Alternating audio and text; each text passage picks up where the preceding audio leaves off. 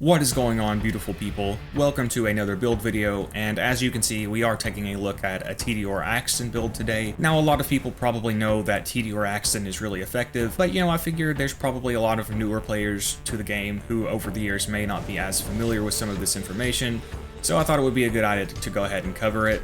And just to show that, there are a lot of effective builds for dealing with OP10 enemies, and Tediore Axton is very, very strong. I do want to also cover some Dragon Keep builds, some builds for dealing with enemies in the Dragon Keep DLC, because a lot of people really like that DLC, but they feel like the enemies are pretty annoying and difficult to deal with. There are a lot of good methods for doing so. Instead of making a dedicated video to cover those, like I did on my first channel, I'm just going to cover some different builds that are good in and out of that DLC. So Tediore Axton is really good in that DLC, and then it's also really good outside of that DLC. We'll go ahead and take a look at it here. I do also like Allegiance builds a lot, so this will help me show a good one here. There's a lot of information to cover, so I'm going to try to get through it quickly. The skeletons in this game, in these Dragon Keep DLC, the just basic skeletons, the most common ones that you fight, they resist a lot of different damage types. I'll show some in-depth testing at the end of the video, but if you just want to know the numbers right now, fire damage only deals about 44 or 45%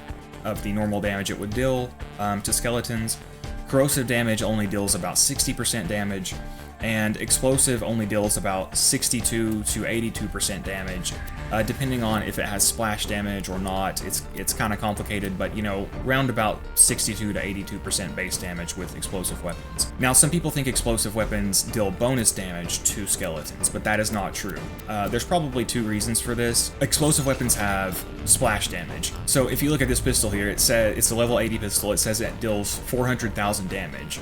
But it also deals 400,000 splash damage. People might assume, they might, shoot a skeleton with this and see that it takes increased damage and assume that it's because they're weak to explosive damage. But that's just because of the splash damage, and like I said, I'll cover that in more depth at the end of the video. So the skeletons only take neutral damage from non-elemental, shock, and slag. They actually aren't weak to anything. And of those damage types, shock is going to be generally the best to use because it can be boosted by Bone of the Ancients. Now, if you have a much higher base damage non-elemental weapon, that will work too. For like Tediore reloads, since they deal explosive damage, you should just use whatever your highest base damage Tediore weapon is. So I probably should have used a non-elemental baby maker, but the shock one was just destroying enemies, so it didn't really matter in this case. For the explosive resistances, it depends on if you have splash damage or not. I will link to a good guide that will show all types of splash damage, what weapons benefit from Axton's grenade damage bonuses, because Axton does have ways to boost grenade splash damage, such as his skill like Steady, and that guide will show all the weapons that will benefit from that. If you check that guide, the numbers and weapons highlighted in green, those are the weapons that will actually benefit from these skill bonuses. So stuff like the Herald does, the Ravager does. So explosive weaponry can still be really good against these enemies. So don't just necessarily write it off. Like I said, stuff like the Herald, the Ravager, the Creamer, the explosive Fastball, like a lot of that stuff is still very good against these enemies. But anyway, we'll go ahead and take a look at the specific gear I'm using here. The Baby Maker, it's just really good for chucking with Axton. The Omen. This is a really, really good shotgun. It does benefit from grenade splash damage bonuses. Now, this weapon is only obtainable from the Ancient Dragons of Destruction, so who you can't fight until you beat the DLC. It's so good here that I did want to go ahead and showcase it a little bit. I won't showcase it, I do two different runs here. I only use the Omen for one of the runs. I also use the Blockade, because it's just really good in this DLC, but it also is only obtainable from the Ancient Dragons of Destruction. But like I said, they're both just so good in this DLC that I did want to at least showcase them. And then I just used a slag Snider for slagging. The Snider is a good slag tool if you want to use, a non-elemental weapon. I do overall still like the Pimpernel more, the slag Pimpernel, but the Snider is good as well. Now, this is one that I did use gibbed on. Usually when I use gibbed, I don't use perfect gear, such as gemstone skins or like a matching grip. But, for the Snider, since I'm just using it for a slag tool, I did want to go ahead and showcase it. And, I like to showcase gemstone weapons a lot because, people sleep on them and they are basically the best type of non-unique gear because they do deal 7.5% extra critical damage, and they have a small chance to deflect bullets. You know, they also just look really nice. The Snider, you can see with a mallow on barrel and grip, it does have a 79.1% slag chance, but it also deals splash damage, and that splash can also slag, so very good slag tool. And then I'm actually going to be using a bunny. It is not a super great weapon, but I like to show a lot of weapons that people think are basically useless that when built properly, even on OP10, they can actually be pretty decent. I did use a Big Boom Blaster. This is a really great shield for regenning rocket and grenade ammo, so if I was actually using a better launcher, this would be really good. I did go ahead and use a Fastball. I know people... Wow, the Fastball really looks like a penis, doesn't it? But anyway, you know, people know the Fastball is good on Axton, but since I'm doing a Tediore Allegiance build, I just wanted to go ahead and use it again because it's just so good on him and so good in this DLC. And by the way, some people think an Allegiance build isn't valid unless, you know, every single item you use is of that Allegiance, is of that manufacturer. I don't really go by that. You know, I would consider that more of a challenge build. This is just supposed to showcase that, you know, manufacturer-specific Allegiance builds can be very good. So I am using the Expert Grenadier class mod here. I also wanted to use a purple one. You know, people tend to sleep on purple class mods. Sometimes blue ones are better, but, you know, purple ones can be good too. You can see we'll get plus 51% grenade damage, and then we'll get good bonuses to our skills there too, which will further help our grenade damage. And most of the weapons I'm showing here will benefit from grenade damage bonuses one way or another. So Tediore reloads get them, the Omen gets them, I'm going to showcase the Blockhead gets them too. Really, really good stuff there.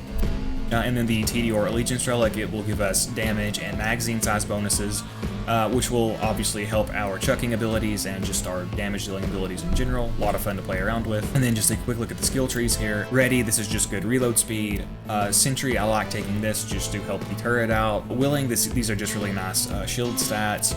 Able, this is just a good way to manage our health. Managing your health is really important on OP10. Onslaught, this is just a really good kill skill. I only put 1 point to activate Grenadier here to get us the extra grenades, and that's just because since I am using the Big Boom Blaster, and there's already, you know, a lot of ammo pickups and ammo crates and stuff in the game, I didn't feel the need to max it out. And then double up, this is really nice for extra slag utility. I tend to skip Scorched Earth. It's not a bad skill, it's definitely worth taking.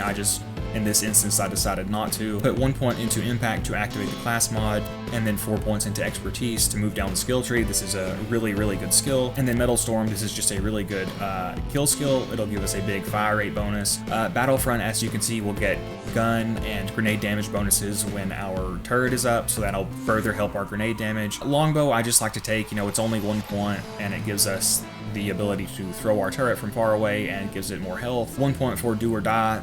For Axton, he can get out of fight for your life so easily. Like, you can be so aggressive with Axton because, like, if you're using a fastball, you can just fastball an enemy and you're instantly back up. So really, really good skill. And then we also gain bonus damage with grenades and rocket launchers. Then 10 total points in steady. This is a really fun skill to play around with. It will really benefit our grenade damage and launcher damage, so that'll be a lot of fun. And we also get some nice recoil reduction. And then over here, I did take 5 points in preparation to gain the shield capacity and health regen. 5 points in pressure. This is pretty good to give you that reload speed bonus when your health is low. You could have moved this maybe to healthy, but for this instance, I just decided to go ahead and take pressure. I don't really like last ditch effort because it's already very easy to get out of fight for your life. Quick charge. This is an incredibly good kill skill. Getting 5% of your shields back per second on a kill skill is really, really good. And then I do actually like to take flank shield. A lot of people don't like this because it goes down pretty quickly on OP10. Even just a little bit of extra protection is really good on OP10. And since we're using 2 turrets, we'll get both of the bubble shields.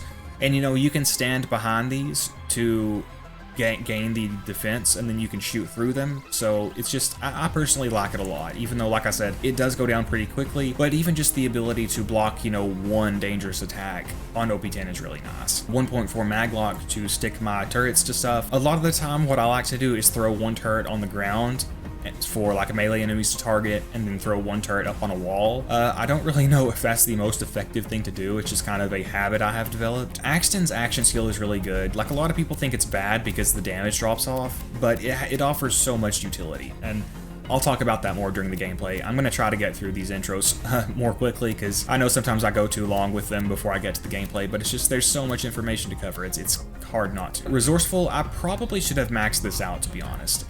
This is a really good skill. If you're not using something like a Bone of the Ancients or a Proficiency Relic to get your cooldown rate better, I would really recommend taking this, or like a Legendary Soldier. Getting your action skill back more quickly, it means, you know, more bubble shields, more slag utility, just everything that comes with them. So I probably should have maxed that out, to be honest. Grit is really nice. It just lets you be more aggressive.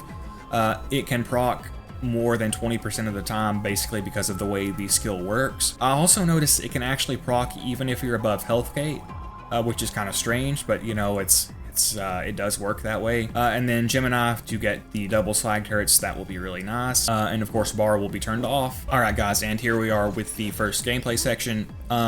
Like I said, I maybe should have used the Big Boom Blaster during the mines sequence and use the Blockade in this sequence, because the Big Boom Blaster will benefit more from being used against enemies who deal like a lot of small damage hits, such as, you know, like the dwarf gunzerkers who have a lot of weaker bullet damage.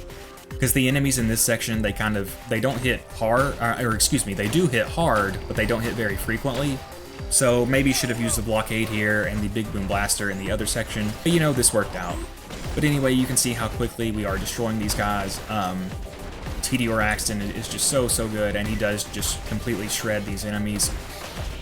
Like I said, Shock is generally the best damage type to use against the skeletons. Shock, non-elemental, and Slag are the only damage types that these skeletons don't resist.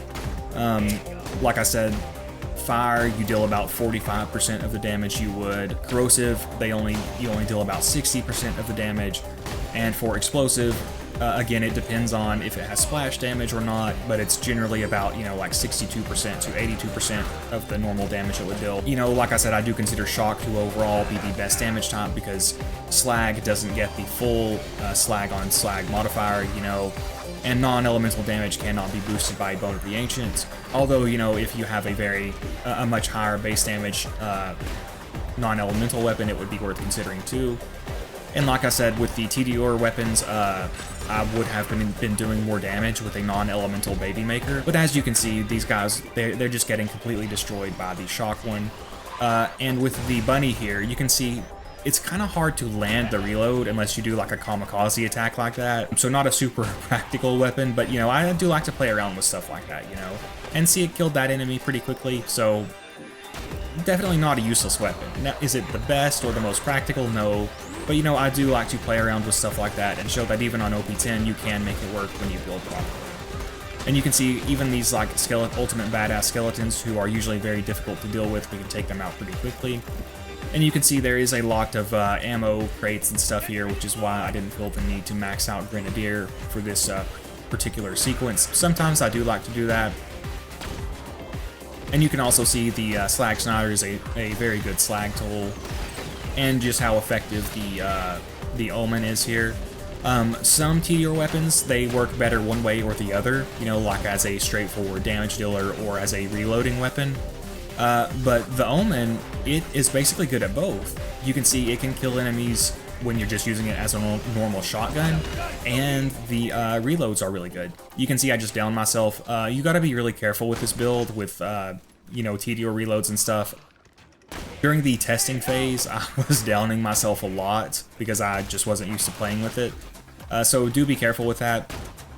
But you know, you can adjust and get used to it. And then Axton, again, he has Grit.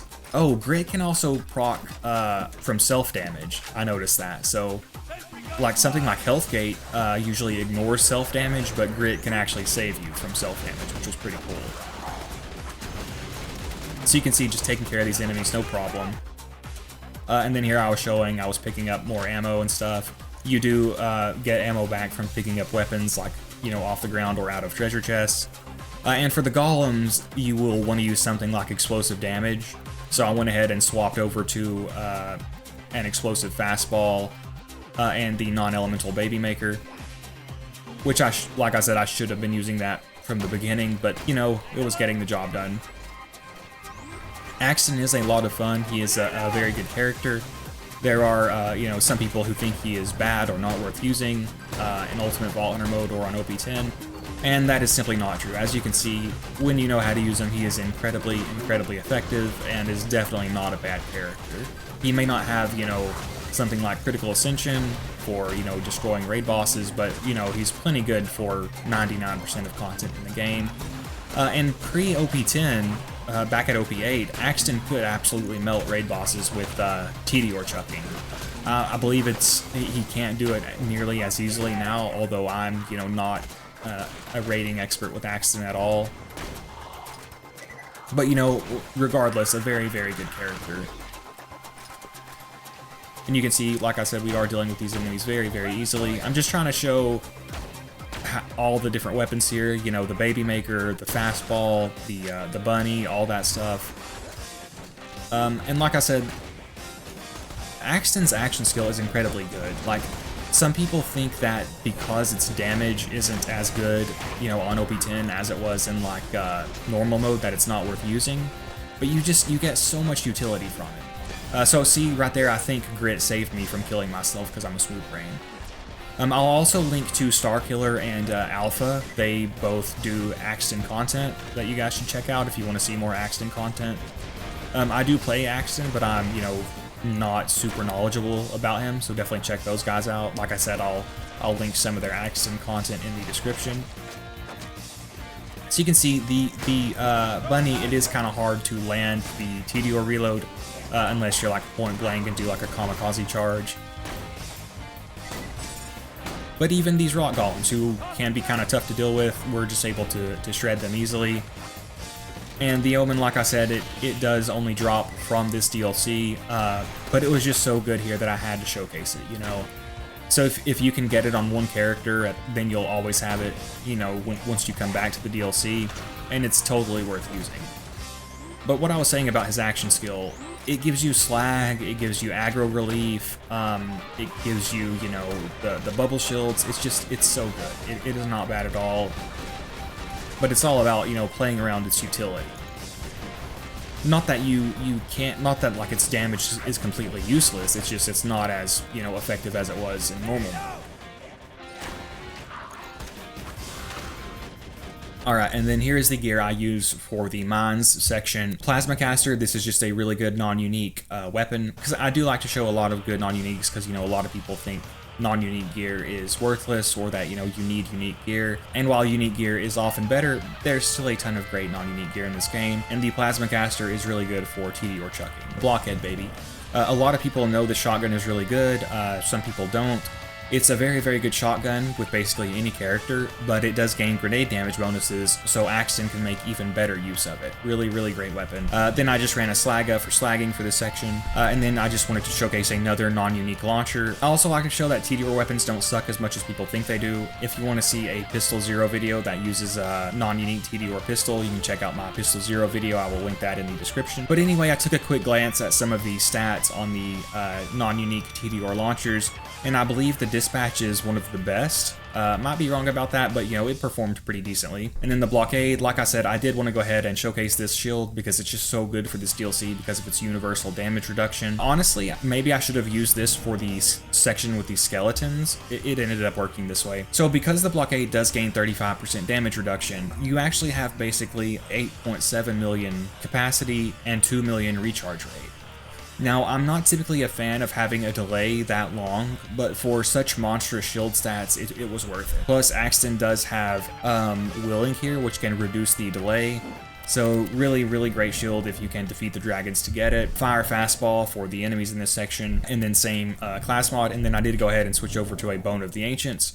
Because, you know, even if you're using more of a Tediore or, you know, whatever manufacturer specific build, you can still, of course, always use the Bone of the Ancients, which is, in my opinion, the best item in the game because you do gain a multiplicative damage bonus and you get your action skill back more quickly. So I did go ahead and use basically the same skill tree setup. Resourceful obviously wasn't doing a ton where I'm using the bone, but, you know, I figure I'd rather have it than these other skills here. But, you know, you could definitely move it around if you wanted to. Maybe go ahead and take Scorched Earth, and of course bar will be turned off. And you can see here we are with the mine section, so I am going to go ahead and use the other gear, the Plasma Caster, and the Blockhead and the Dispatch, as well as swapping over to the Blockade shield, which, like I said, I did just want to showcase because it does have such good damage reduction and overall shield stats. It's just so good for this DLC. Although at this point you could get the antagonist, because you get the antagonist from the Seraphender in Flame Rock Refuge. But overall, I prefer the Blockade, especially for this DLC, because there's not a ton of bullet-wielding enemies, you know. And you do fight the Gold Golem at the end of this DLC, or at the end of this map. And I thought he was weak to corrosion, but he is actually weak to fire. So you can just go ahead and rock this build, and it'll take care of him. You won't have to swap out or anything. Although the Iron Golems, they are weak to corrosion, I'm pretty sure. So you might want to keep, you know, a corrosive fastball or corrosive baby maker or something for dealing with them.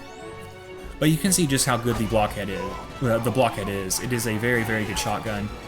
You do get it from the badass creepers in the Minecraft Easter egg area in the Caustic Caverns. Super, super good shotgun, just a ton of fun. It is more of just a straightforward damage-dealing shotgun. The Tediore reload is not as effective as with like the Omen, but you know, it doesn't need to be. It's plenty good enough as a typical shotgun. You can also get the longbow from those badass creepers. It is pretty good as well, although I do like the Blockhead a lot better. And you can see Tediore Axton, he's just such a beast, man. Absolutely not a bad character at all. And there's a lot of other builds he has too. This is just one of the first ones I wanted to showcase, but you know, I'll definitely be showcasing more, because there are, you know, a lot of effective builds for Axton, even at OP10. The Tediore Axton is just one that's a lot of fun, and you know, it's really good for the enemies in this DLC. I do plan on, like I said, showcasing more builds for dealing with these enemies. Those skeletons also take increased melee damage, so melee damage is really, really good in this DLC. I love playing Melee Zero in it for that reason. I might do a series where like I beat the DLC with Melee Zero and just edit that into a video and kind of experiment with that. I don't know, we'll see. But at any rate, you know, you can see we're dealing with these enemies very, very easily. Like I said, I maybe should have reversed the order of these shields and used the Big Boom Blaster in this section, but you know, it did end up working out. And of course, the Big Boom Blaster does drop from Pyro Pete. If you're interested in that, it is a very good shield that's a lot of fun to play around with. And if you wanted to, you know, go for like max fastballs, you can use, I believe it's a Master Grenadier, which will boost Grenadier by 6 points. And then you can have 21 fastballs. And you can see the dispatch there, just one-shot those guys, so, you know, even a non-unique Tediore launcher is pretty decent when built around. That's really what OP10 is all about. It's just, you know, all about building around the weapons and, you know, getting the most out of your character's skills and playing properly. And when you do those things, you know, you definitely don't have to use a B-Shield. Of course, if you just like using the B-Shield, you definitely should. People should play however they want.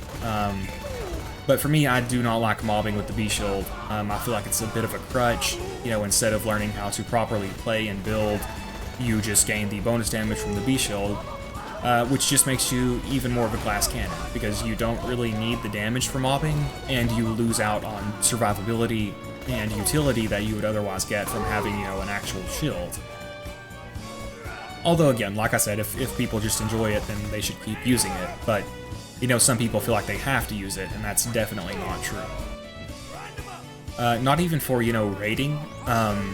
You can beat raid bosses without the B-Shield, it just takes longer. I am working on a Sniper Maha video, and in that video I do solo OP10 Pete with a Sniper Maha build, not using the B-Shield. So stick around if you guys want to see that. But you can see I'm just trying to showcase the dispatch a little bit here.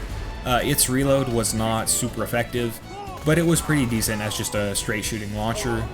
Obviously it's, you know, no Norfleet or anything, but it's pretty good. You would actually be hard-pressed to find a weapon that that couldn't be used, you know, at least to a decent extent when built properly. You know, Alpha and Starkiller have both showcased the Logan's gun, Mr. TX01 I showcased the Wanderlust. So, you know, if those weapons can be used to a decent extent, basically anything can. So I did want to go ahead and swap over to a Corrosive Bone and a Corrosive Fastball for this Iron Golem. And you can see we're going to go ahead and take him out pretty quickly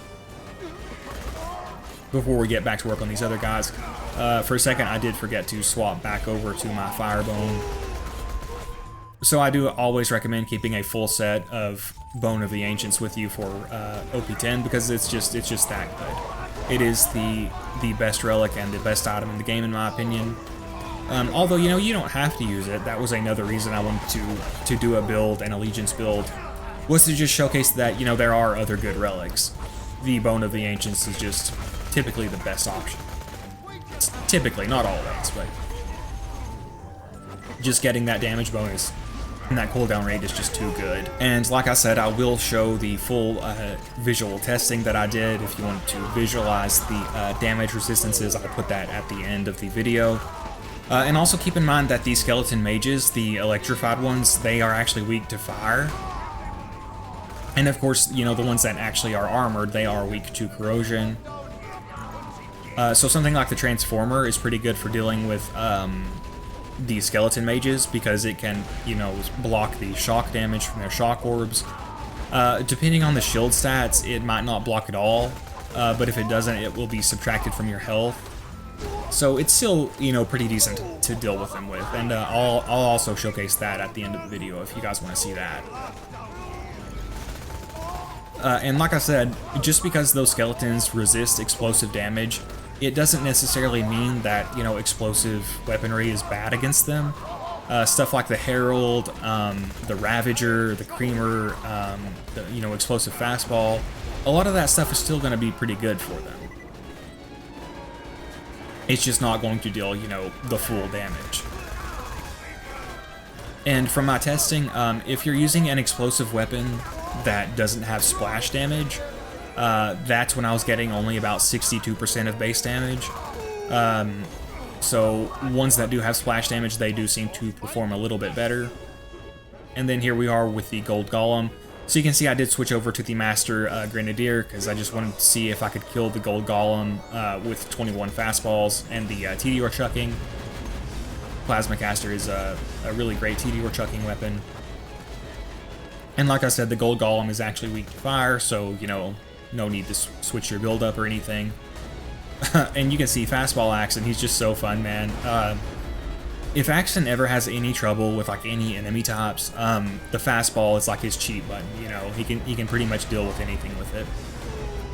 But we are almost to the end here, and then like I said, I will showcase the testing I did.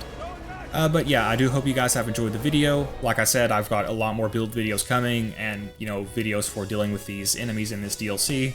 And I do hope you guys have enjoyed the video, and I do hope to see you next time, and now we'll go ahead and get into that testing. Thanks, guys. Fake out. Okay, so actually I decided to do a little bit of raid bossing, and when I do these types of build videos, I'm not always going to do raids for them, because there's a lot of builds that will be really good for most of the game, even if they're not good for raid bossing.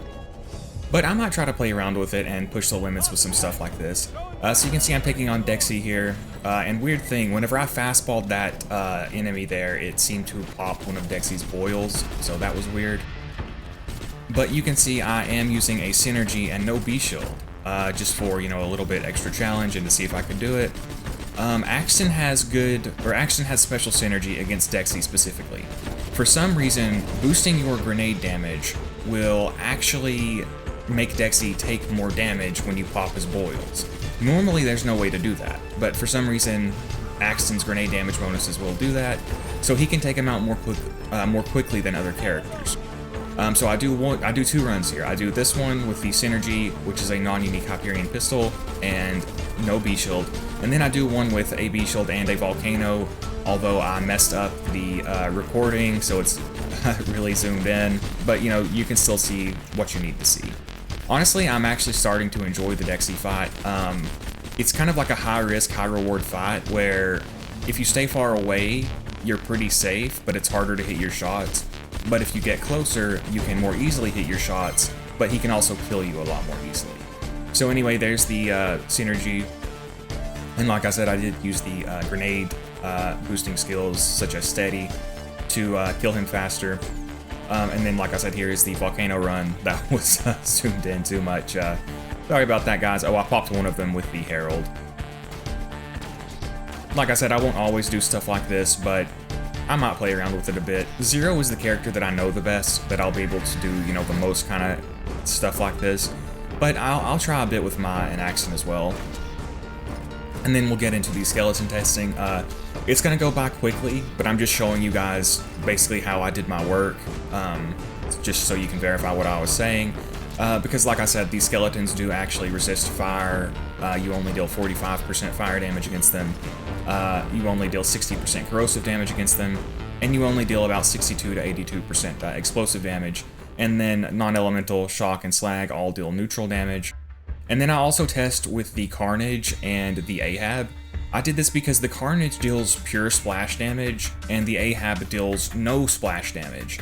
And you'll see that when we get to that sequence, they both only deal about 62% of the normal damage that they do. Versus with that explosive pistol, it dealt about 82% of the damage it normally does. So I think if an explosive weapon has splash damage and non-splash damage, it seems to help it out a bit. They do resist splash damage, even if it's coming from like a shock weapon like the Wanderlust. And you know, I'm not infallible. It's possible that I got something wrong here, so you know, please do let me know if I did. Yeah, and then I'll show the Transformer against a skeleton mage at the end, and I'll show a little bit of a sneak peek of some upcoming video footage. But anyways, I do hope you guys have enjoyed the video. Let me know if you have any questions. I hope to see you next time, and have a good day, guys.